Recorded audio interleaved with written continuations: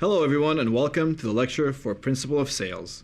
In this lecture we're going to talk about what does it take in order to complete a sale, what are the components of a successful sale, and what does it exactly mean to sell something.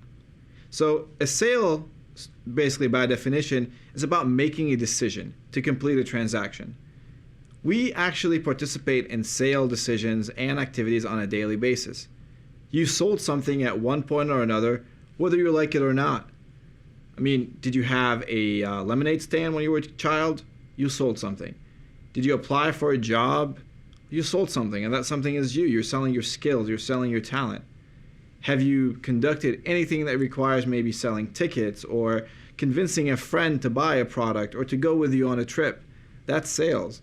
It's the process of convincing someone that they need something that you have and completing a transaction maybe for financial or for another service. So, what prevents you from making a decision? In this lecture, we're going to talk about things from two different perspectives. We're going to talk about things from a customer perspective of what helps them make or prevents them from making a decision. We're also going to talk about things from your perspective as a business owner. Understanding how a consumer operates will allow you as a business owner to make decisions in order to address those issues and in order to make a better sale. So a consumer is hindered by making a decision by two things, fear and criticism. That consumer could be you. That consumer could actually be a customer for your business. You're afraid that the decision that you're about to make is the right decision or not. Are you sure this is the right one? You're also afraid of being criticized. Being an entrepreneur, you are going to get criticized whether you like it or not. But usually when you're surrounded with peers, you're usually worried that the decision you might make is going to give you that criticism in a negative way. Do not let it affect you emotionally, and remember, it's just part of the process. Now, the elements of a good decision making. One, you need to set a deadline. Whether you're making a decision or whether you're helping a customer make a decision, give them a deadline to think about. And you probably have experienced that. If you go to a car dealership or if you try to visit a website in order to purchase something, usually might have like a ticker that pops up. It says, for the next 10 minutes, get a discount of 30%. That website just gave you a deadline. Maybe if you're working for a business, you might give a quote that says this quote is valid for the next 72 hours. That is deadline. Now, that deadline is a completely theoretical thing, and it's not going to affect anything in any way or form, but you're going to help your customer make a decision faster and actually close that sales cycle. You need to give your customers the right amount of time. Now, the right amount of time will differ depending on the decision that you're trying to make. If you're trying to go to Walmart and maybe buy a notebook, the amount of time that you need in order to make that decision is pretty short. If you're trying to buy a house, which is a pretty big purchase, you need longer time to make that decision. You're probably going to check out 5, 6, 7 houses. You're probably going to talk to different people about that decision. So the intensity of the purchase and the amount of that entails in terms of the impact on the personal life will result in a longer time to make that decision. So you need to understand that depending on what product or service that you're selling. If it's a simple app that I have to download to my phone, I can probably make that decision pretty quickly. But again, if it's a big service or product that you're trying to offer, and again, if you're trying to sell for government or any big organization, that amount of time is going to be extended. Number 3, give yourself lots of options.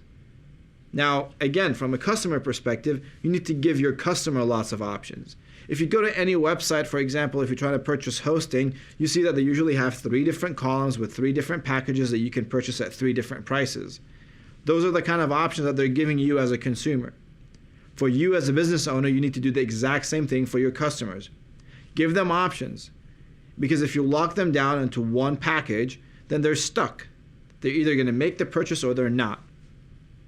You probably heard about Dollar Shave Club by now, and even if you go to their website, they're known as Dollar Shave Club and you can get razor blades for $1, but they also give you 3 different packages. You can get 1 razor blade, you can get 1 every day, or I believe there's another one that's just like 5 a month. You can also have different types of razors. So giving your customers options allows you to close more sales because it allows you to fit your product or service for a wider audience. Information is king. make sure you give your customers enough information of what makes your product special. Now, if you're going to buy a laptop, I assume you're going to check maybe 3 or 4 different laptops. You're going to check all the specs of those laptops. You're going to read some reviews. You're going to do all these different things. Now, if you give someone more information, they're allowed or they're able to make their decision faster. And that's your hope as a business entrepreneur. If you give them information, they can close that sales cycle much faster than you can imagine. I want you to check a website called VAT19.com. VAT19, VAT19.com, basically takes products and services that are currently sold on any website like Amazon or any other website. They're readily available, they're not manufacturing themselves, but they actually create a video that shows the product in use for every product that they sell. Now, the reason they're popular is because of those videos. People go to their website to watch these videos and to see how those products are being used in real life. They provided the consumer with more information so they're able to make better sales. Number 5, teach your team. Explain to your team the decision-making process that you go through. Now, if you try to be the bottleneck and make all the decisions for your company, it's really going to prevent you from growing your business. So instead of you making the decision, how about you invite your team in and explain to them how the decision was made? So next time, instead of your team coming up to you asking a manager to help them make a decision, they're able to make those decisions on their own. Creating this system will allow you to grow faster and will create the culture in your company that will empower managers and regular employees in order to make those decisions and to operate faster in order to close more sales. Number 6, what are the guiding values that manages your business? Every startup has some guiding values. Are you focused on customer service? Are you focused on unlimited returns no matter what because that's your policy? Understand those values, teach them to your team, and communicate them with your customer. You probably heard about a lot of websites like Zappos where you can purchase any product, try it, return it, and it really created a change in how online sales are made. You can see a lot of online retailers have tried to change that after that, and they try to copy them. Number 7, ask experts. When you make a decision, usually if it's a big decision, it's a good idea to go talk to experts and mentors. They've been in similar situations, and they're able to give you advice on that process. Number 8, write a report and read it. Read it to others, read it to yourself the next day. By creating a report, you're able to collect all the information. And by reading it out loud to others, you're able to mentally go through that process and make a better decision. In order to create more sales, you're going to have to market. It's as simple as that. Just because you launch your business doesn't mean people are going to know about your product or service. Marketing is the way to get your word out. Now, there are different ways that you can market your product or service, but the foundation of all sales through this marketing is based on passion. People buy you. You are the face of the company. You're the entrepreneur. They're not going to buy the product or service just for the product or service. Let's think about an example here. When you buy an iPhone, you're buying the culture of the iPhone. You're buying the passion of Steve Jobs standing on the stage and releasing an iPhone every year. Now, an iPhone could be released today, and an iPhone could be released next week, and people will still wait in line to listen to what the next iPhone is going to be all about. It created that culture that's built around passion and excitement that other products were not able to create. You need to create a lot of activity. The more you get out there from different channels, the higher the chances are that people are going to know about you. So, if you're bombarding people from a physical location with online ads and through their phones, now you have triple the chances of actually reaching to target market or customers. You can also play the key of scarcity. So you can basically, if you watch any infomercial late at night, they basically create this urgency as well. They say, 100 products are left, and if you call right now, shipping and handling is free, or if you call right now, we're going to double your order. All that basically creates this excitement in marketing and will basically urge a customer to make a faster decision in order to complete a sales cycle. You also need to focus on your momentum. Stay focused, stay intense, and build a referral network. Now, how many of you have bought a product or service that has come to you as a referral from a friend or family member? We all had. It's basically very simple that way because we trust our network, we trust their decision, and we usually ask them, what do you think about this? Have you used it? Would you recommend it? Every time you buy a product or service, maybe one of the few first steps that you do is look at the reviews, whether it's through Amazon or any other websites. We care about the referral and about the opinion of other people who have used this product or service. And that's the best marketing stew that you can actually create in order to generate more sales. By the end of the day, we need to remember that selling is serving. The customer has no obligation to you. Just like you have a startup, another startup can pop up next week, and they might do something better in terms of their sales cycle or in terms of their service, and the customer is going to switch. So your job is to understand that every day when you create a sale, you're actually serving, and your entire life cycle and the entire success of your business is based on completing that cycle and providing something for your customer that they want, that you're serving them on a day-by-day basis.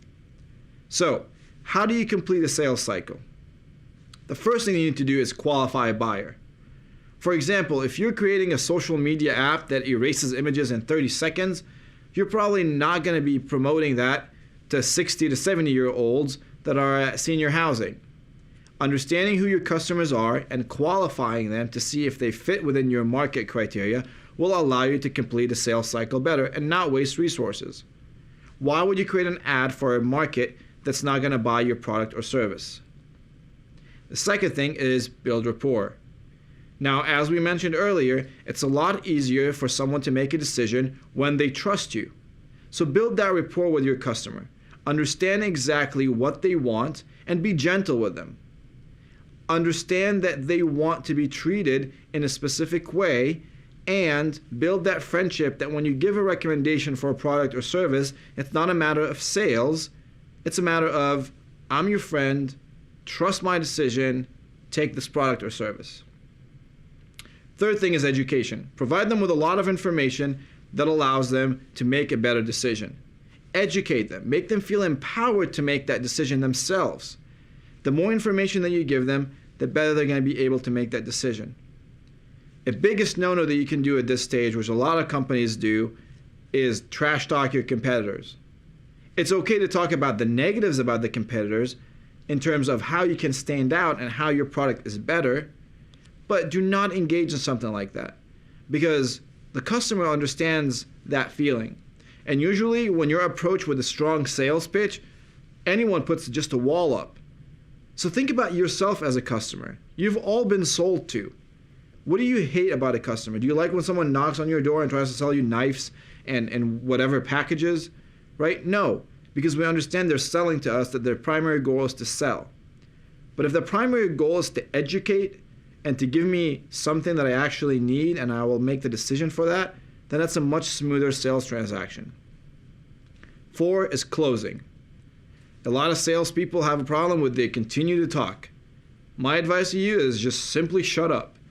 Say what you have to say in terms of your product and shut up and let the customer talk. You can fill in the blanks. Do not interrupt your customer. Let them go through their cycle on your own. Wait on responses and listen. Listen to the customer and they will tell you how to sell. Different people have different sales strategies. Do not go in with one strategy and expect to sell your product. They have different personalities, so you have to approach them differently. Now, never ever leave a sales discussion without either proposing a date to close or closing it on the spot. It basically creates a destination. It creates an objective for what you just did. And the customer will appreciate that. They might appreciate a follow-up, and if they're truthful with you, they might say, I'm not interested. Now, the biggest thing is do not harass a customer if they say they're not interested just because you want to close a deal. And be genuine when you actually close a deal. Do not throw anything in there that you did not talk about earlier. Now, remember, if you are a customer, how would you like to be treated if someone is selling to you? Use those principles and sell to other people. By the end of the day, remember, I want you to approach every sale as a servant. Now, you have a minimum viable product, I want you to start reaching out to your market and start selling.